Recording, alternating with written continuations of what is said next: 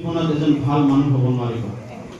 আৰু কেইটামান কথা যে তোমালোকে জানা যে হিংসা কৰিলে পাপ হয়। কেৱল হিংসা কৰিলেই পাপ নহয়, হিংসা envy is one of the major sins.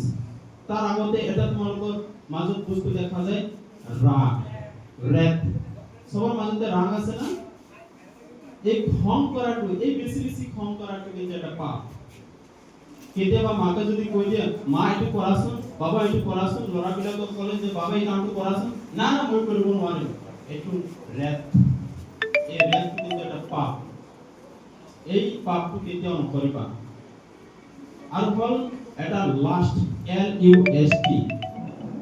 Last মানে তো জানা যে এক্সেসিভ সেক্সুৱেল ডিজায়াৰ।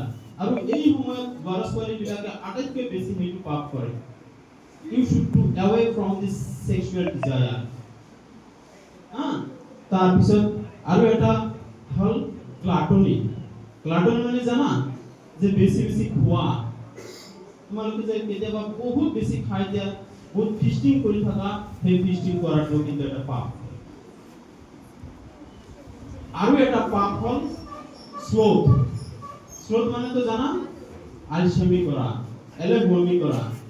পুৱাতে উঠিব লাগে 5টাত, তোমালোকে উঠিছা 9টাত, 8টাত।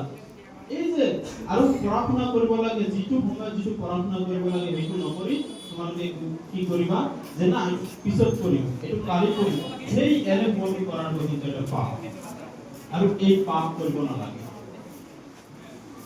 মই আৰু বেছি কথা নকওঁ, মই আমাৰ মাহবুব হক চৌধুৰী ছাৰ আছে, ছাৰৰ